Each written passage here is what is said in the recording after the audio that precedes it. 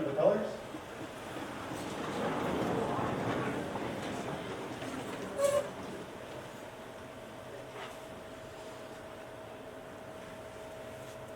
Color guard, prepare to post the colors. Raise. Forward. Hook.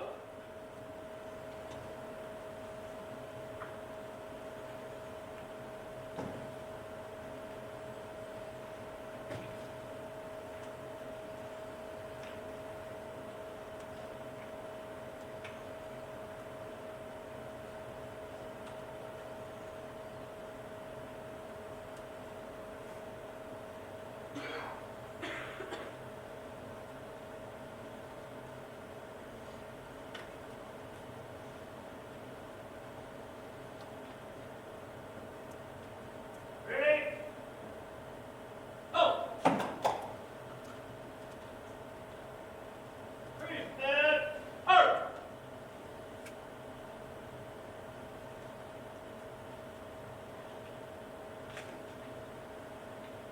Congratulations.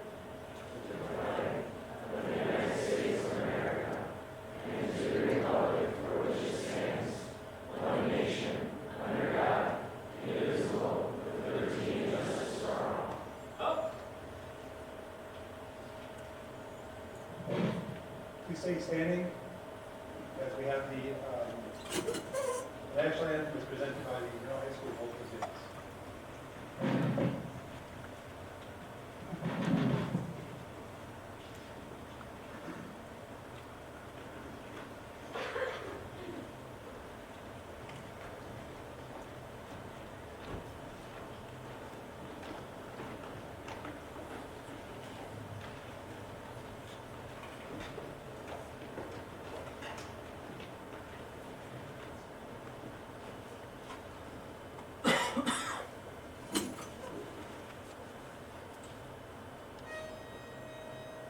Freeze, Dad! Out! Oh, say, can you see by the dawn's early light what so proudly we hailed at the twilight's last gleaming, whose broad stripes and bright stars through the perilous fight o'er the ramparts we watched were so gallantly streaming, and the rockets' red glare, the bombs bursting in air, gave proof through the night that our flag was still there. Oh, say does that star-spangled banner yet wave o'er the land of the free and the home of the brave? Order, up!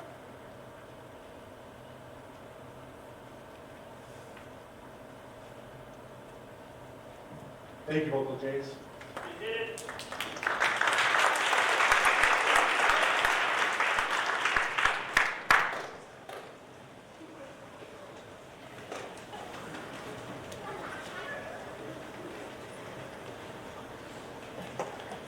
Good afternoon, everyone. It is my sincere pleasure to welcome you to Merrill High School's Veterans Day Assembly.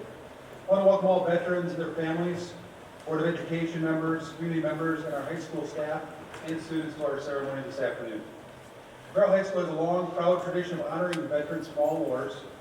It's my hope that we can continue to honor our veterans today through our own efforts, which of course pale compared to the efforts of veterans have made to ensure the freedoms we all enjoy today.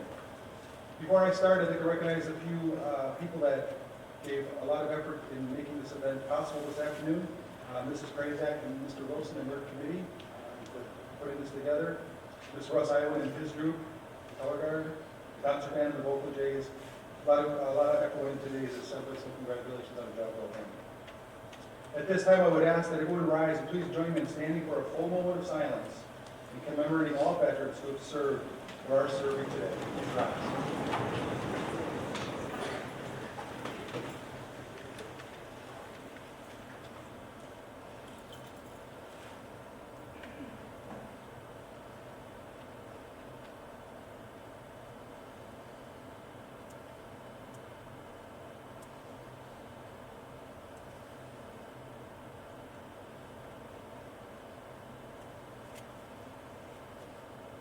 Thank you. You may be seated.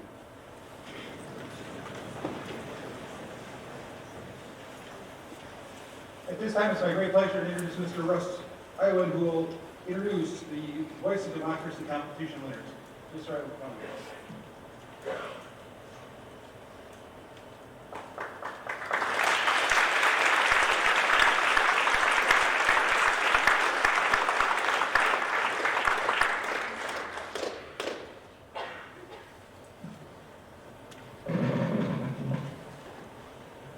Mr. Murray grew higher than I did.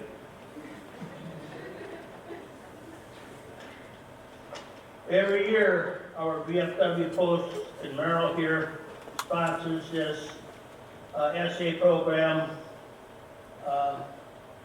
and we give all the students the chance to participate. We have our new commander-in-chief every year out of Kansas City, who covered the whole United States. And every year, the new commander gives a new theme for these essays.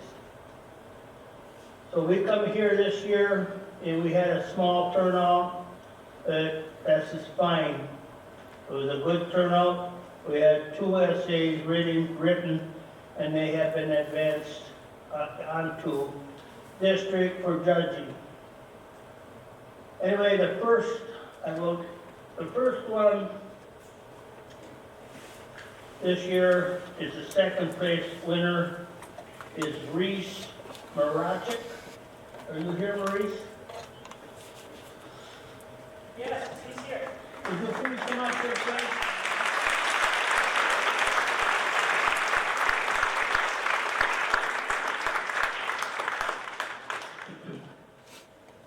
These students work hard to write this essay. We try to get it to them as soon as we can, and because we have a short time, we pick them up on November 1.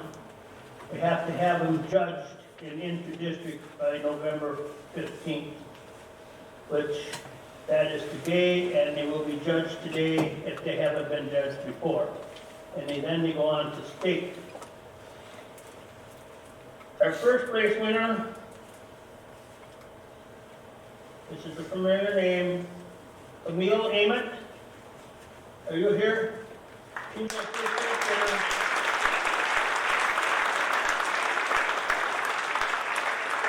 And if I'm not mistaken, she was in this contest last year or the year before.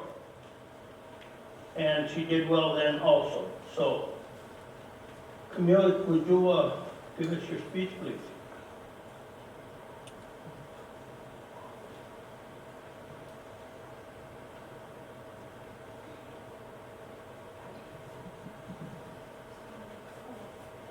What makes America great? Imagine a family gathered around the dinner table, hand in hand, saying grace. Now, children at play in the backyard. Next, a businesswoman conducting a meeting. Many of these things cannot be obtained and are merely left to the imagination of those whose countries are ravaged by economic war, religious war, tyranny, and terrorism. What makes America great can be defined simply, yet not easily, by a single word: freedom. Freedom as defined in Webster is the power or right to act, speak, or think as one wants without hindrance or restraint. However, we cannot see freedom as that mundane. Freedom is war and rebellion from what may be perceived as right. It is fighting for the truth in a world of facades and false ideas. Nearly 250 years ago, we proclaimed our independence and have continued to establish what our freedoms mean and what can and cannot be done. We continue to flourish and grow. Since the beginning of our country, we have based ourselves upon the conviction of government of the people, for the people, and by the people. Parallel to this idea, it can be concluded that their goals were synonymous with freedom of the people, for the people, and by the people. The freedom of our nation is what separates us from others and what allows us to declare the notion that we are proud to be Americans. Our nation was built upon greatness, and to this day we have people from different ethnic, cultural, and racial backgrounds who are proud to call this land their home. During wartime, we had migrants flocking to our sands for safety and seeking asylum. Today, I wish to believe that we have maintained our image and that individuals still believe they can look to us for help. Freedom cannot be described easily because it cannot be easily obtained. Our veterans put their lives on the line for it, and some were not fortunate enough to leave the battleground with their lives still intact. We have men and women who are willing to carry our nation on their backs in order to keep our homes safe and our soil battle-free. If their lives do not demonstrate greatness, if they do not demonstrate bravery, I'm honestly not sure what would in this world. Freedom has been fought for by our soldiers, maintained by our democracy, and carried on in legacy through the lives we live with it. Our job is to sustain this greatness. Wear it with pride, but not boast in it with arrogance. We have to show what makes America great and help struggling nations reach their greatness potential. When being deemed the greatest country in the world, we have to remember our duty is not only to keep improving, but to help others grow as well. As a nation, we have the freedom of speech, religion, and free market. We are the land of opportunity for anyone from anywhere. What makes America great is our ability to recognize the differences in our citizens, grow in our knowledge, and create possibilities for success. We are the melting pot, and we can be proud of that.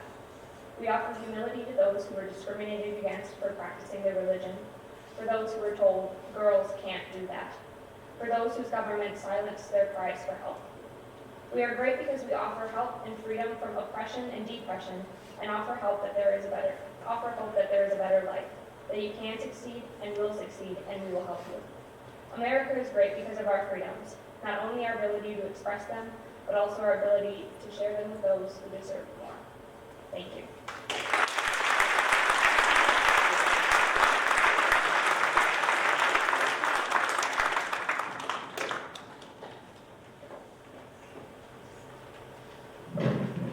At this time, I'd ask the concert choir to come up and perform a number entitled Song for the Unsung Hero.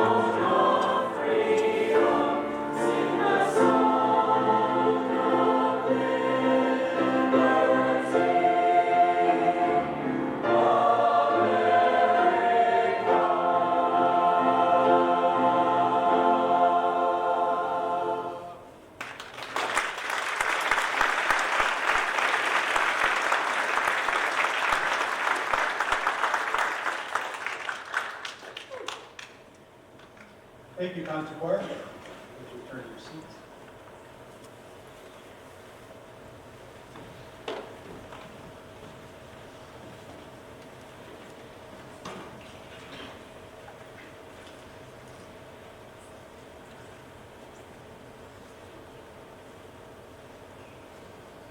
At this time, it's my pleasure and my honor to introduce our keynote speaker for this afternoon, Mr. Craig Huffman. Many of you know Mr. Huffman as he was a longtime teacher and coach here at Merrill High School and was also a member of the 2 branches of the Armed Services. Let's give a nice welcome back, Mr. Craig Huffman.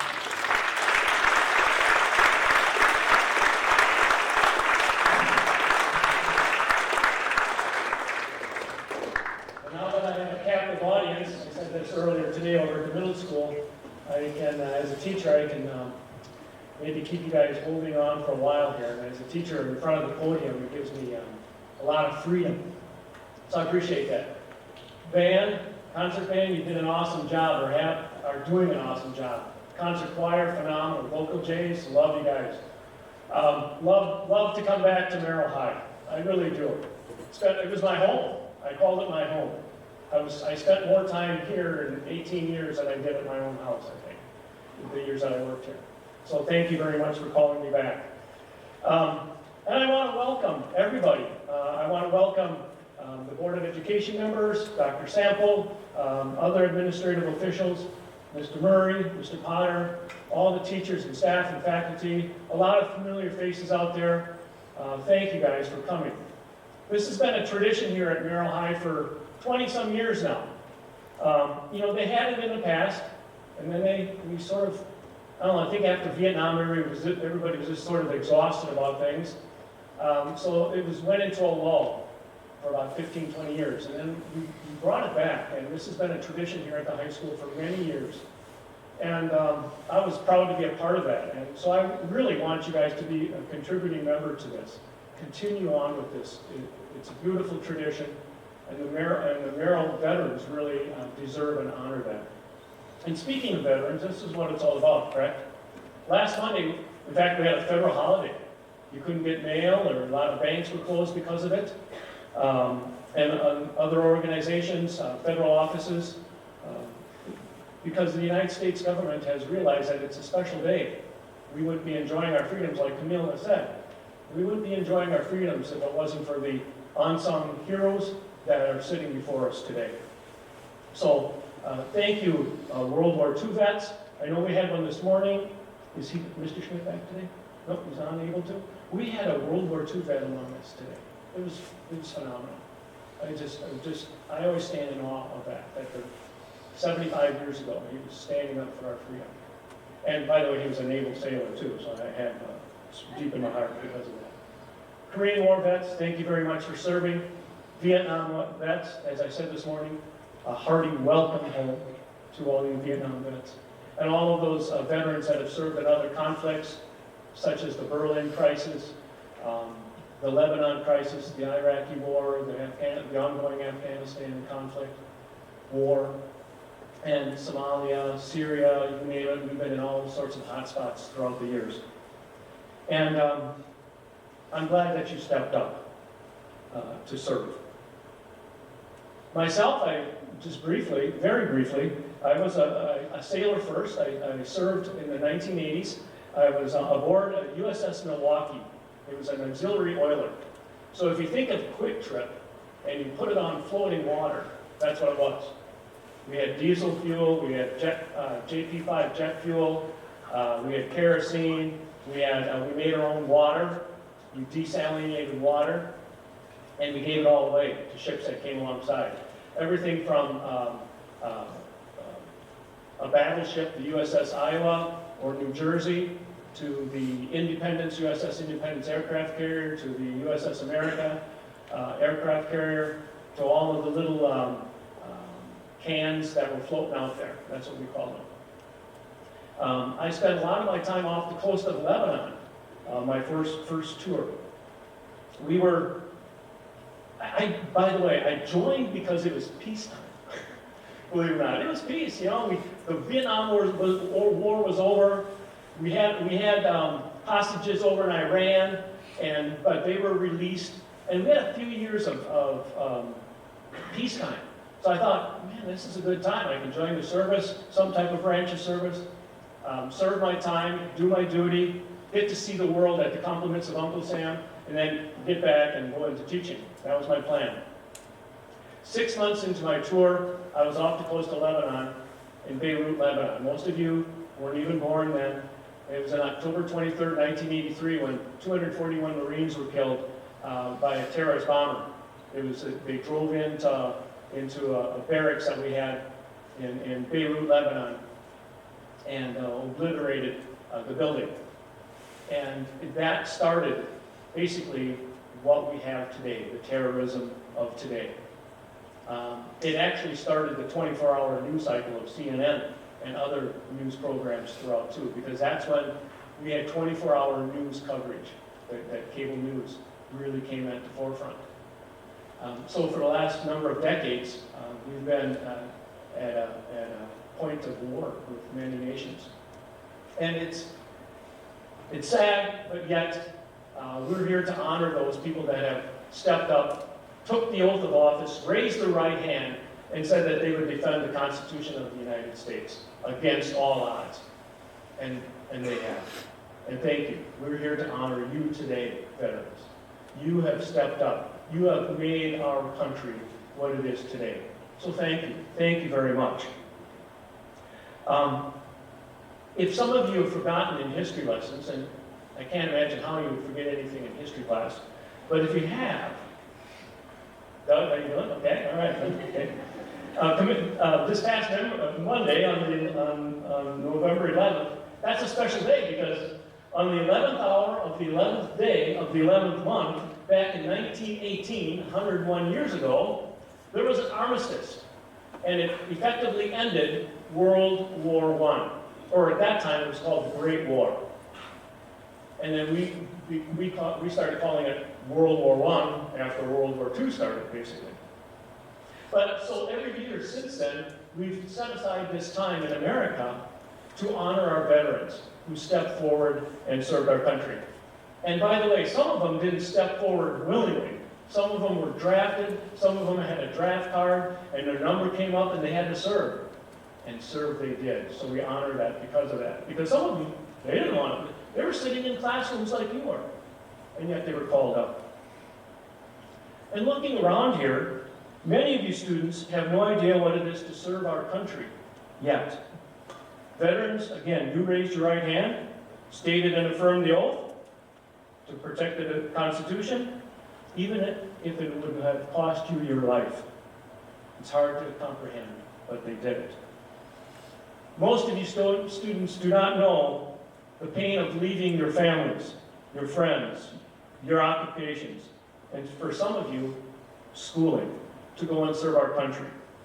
Most of you students do not know the rigors of boot camp. Back in the day, it was pretty rigorous. When I went through, cross-country practice was more hard, I thought, harder than that.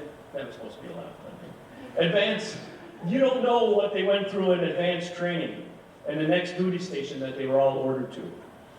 Most of these students, and many of you, you will never understand what sacrifices these veterans have made to ensure the peace and quiet we have here. The words freedom, liberty, and peace mean a little bit different to those men and women who have served than us. Some of these veterans, I'm not sure, I've never asked them, they have witnessed the horrors of war that have affected them over the course of their lives. You know, the phrases like shell shock, PTSD, a far-off look in their eyes. They live with some of that.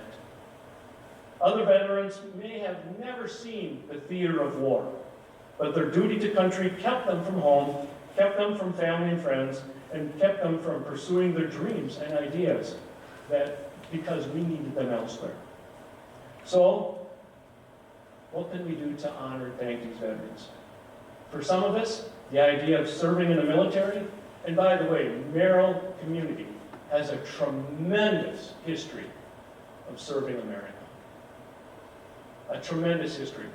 Recently, in the last 2 decades, in the last 20 years, we have lost 2 Merrillites, Merrill High School graduates, Grant Dampier and Ryan Jobek, in service to their country. That meant, I mean, to me, that's a heavy heart. And yet Merrill, recruiters love you guys because Merrill commits to serving America. In the United States Army, Navy, Reserves, National Guards, Marine Corps, Air Force, Coast Guard. All of you step forward and serve. It's really neat to see. And like I said, recruiters love Merrill High School because you guys are willing to serve for a number of years or make a career out of it. But if you don't want to serve in the military, there's other ways of serving. First one is getting a good public education. That's one way of serving. Your education is a gateway to many opportunities. Many of you serve in the Scouts, serve and join 4-H groups, helping in community events, volunteering at your place of worship, joining a neighborhood group, are all ways of better ways to serve your country. These veterans here not only served in the military, but all have served in the programs just aforementioned. Their sense of duty and service have been inculcated. It's a big word, but it means they've been trained in the idea of serving. So a call of duty is being called to all of you. Our veterans have served us in an honorably and noble way, and we can do it in many ways as well. So I challenge you today to follow these veterans' blueprints. Their sacrifices will be well worth it if you serve in some way that will benefit our country. Thank you for this opportunity.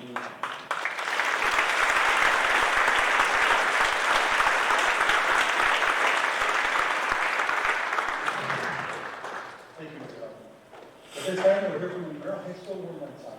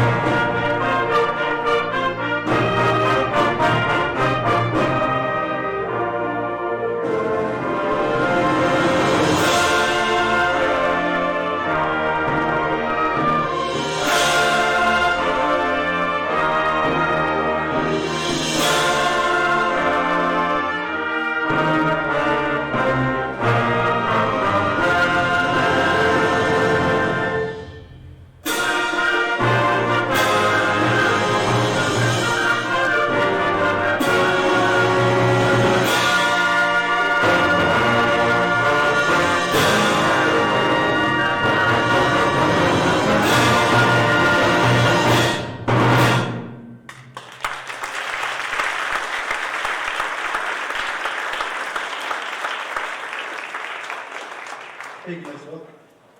At this time, we're going to conclude our program with three things. First, we'll be playing taps and retiring the colors. Secondly, we'll be ringing a bell 11 times in honor of our veterans who gave an ultimate sacrifice. And at the conclusion of the 11th bell ringing, we ask that all students and staff exit in silence. Please rise.